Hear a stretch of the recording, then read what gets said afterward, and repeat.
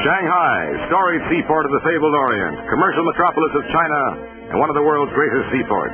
In 10 years, its population doubles to a seething 7 million people, with everyone fighting for his own existence and struggling to earn the necessities of life.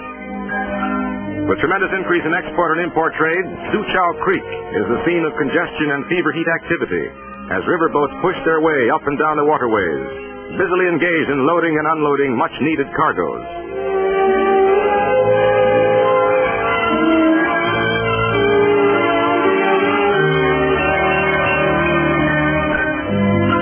For the native boatman, it is much work and little rest, even when it comes to clearing the deck. Sharpened by 8 years of war, China's demand for goods from abroad grows in leaps and bounds as imports exceed $300 million a year. There is movement everywhere, no standing still, as official China struggles to come home amid chaos which sweeps over the nation's 4 million square miles and 450 million people.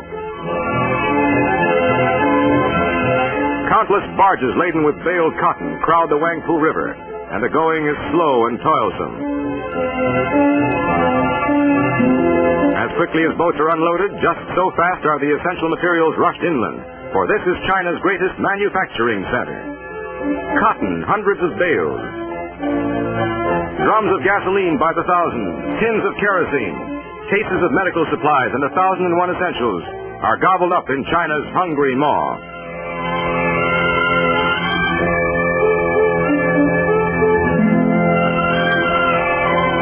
Keeping pace with the increasing volume of imports is one of Shanghai's ever-present problems, as these imports double month by month.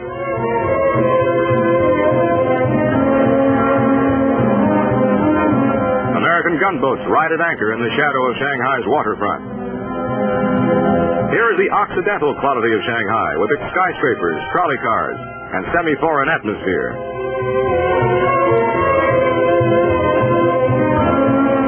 With leaders striving to stem China's constant economic chaos, Shanghai bulges with milling crowds, vehicles of all sorts, and the familiar rickshaw. Shanghai streets present a mass of pushing, rushing pedestrians, all forming a human barrier to speed on every avenue and road. As the population continues to soar to unbelievable heights, so too bounces the cost of living to more than 5,000 times pre-war levels. Speculative activity still is great, and common everyday goods are scarce.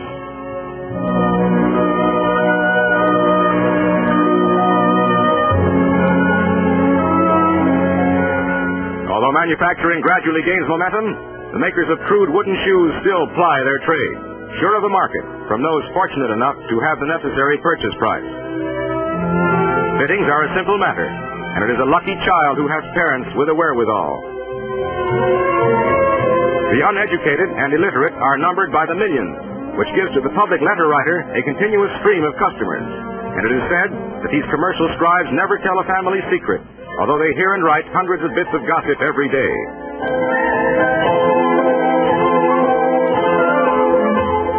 Openly vending their smuggled or pilfered goods, the black marketeers are one of the big problems for Shanghai civic leaders. Handbags for the ladies,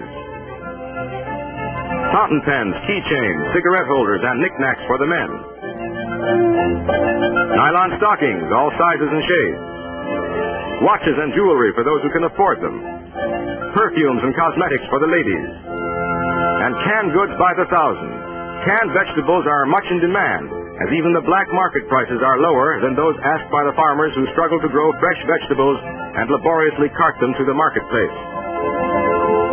Also in this conglomeration of black market goods are hundreds upon hundreds of packages and cans of GI rations, all selling to eager buyers at a fairly low price. Another problem causing great speculation in this vast city on the west bank of the Yangtze River is the low value of the Chinese dollar. The wealthy speculate with gold articles and gold bars when the price of gold is right. Then when gold goes down, they buy it back. When these scenes were filmed, the value of the Chinese dollar had shrunk from 2 to 2,000 for $1 American money.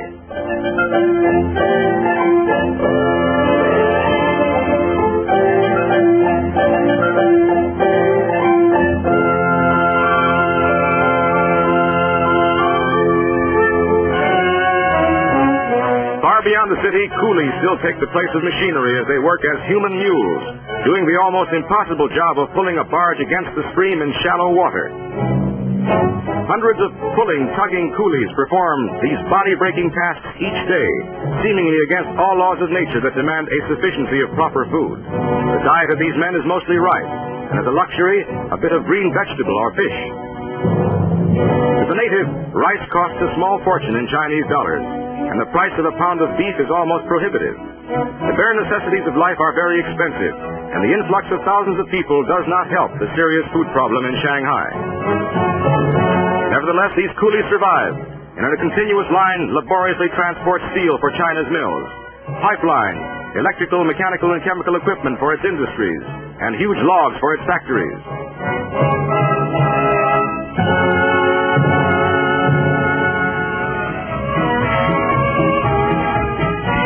But amid this topsy-turvy hustle and bustle, the more prosperous natives find time and money to crowd into the theaters. Their taste varies, from the tree-hurdling Tarzan to the more complacent atmosphere of Kismet.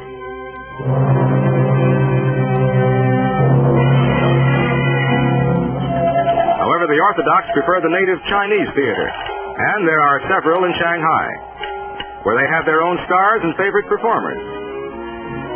New neon lights and red Chinese characters flash by night, but there is little real gaiety among the people. Restaurants and cafes are crowded, and dancing to modern band music is the favorite pastime of Shanghai's cafe society. Although the men dress in Occidental fashion, these women stick to their Oriental gowns of genuine beauty. Every day, thousands of people come to Shanghai only to be faced with a housing shortage and absolute lack of living accommodations, while other thousands seek to migrate to nearby cities and towns less crowded. At every hour of day and night, hundreds stand in line at the North Station Railroad ticket office, hoping to purchase tickets to outside points.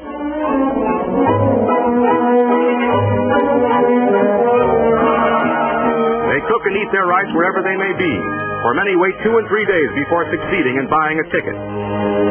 Some entire families stay at the station for days, and baby is fed while daddy waits in line. Outside the station, the situation is even worse, and incredible as it may seem, some sprawl out on the sidewalks and sleep as they wait. Many trains are not merely hours late, but days behind, and schedules are as much of a jumble as the city itself. Others too poor to have railroad fare start their migration on foot, carrying all their worldly belongings and dragging their weary bodies to somewhere, anywhere, where they can start life anew, away from the city of disarray and chaos. Shanghai, China's great metropolis, city of contrasts and confusion.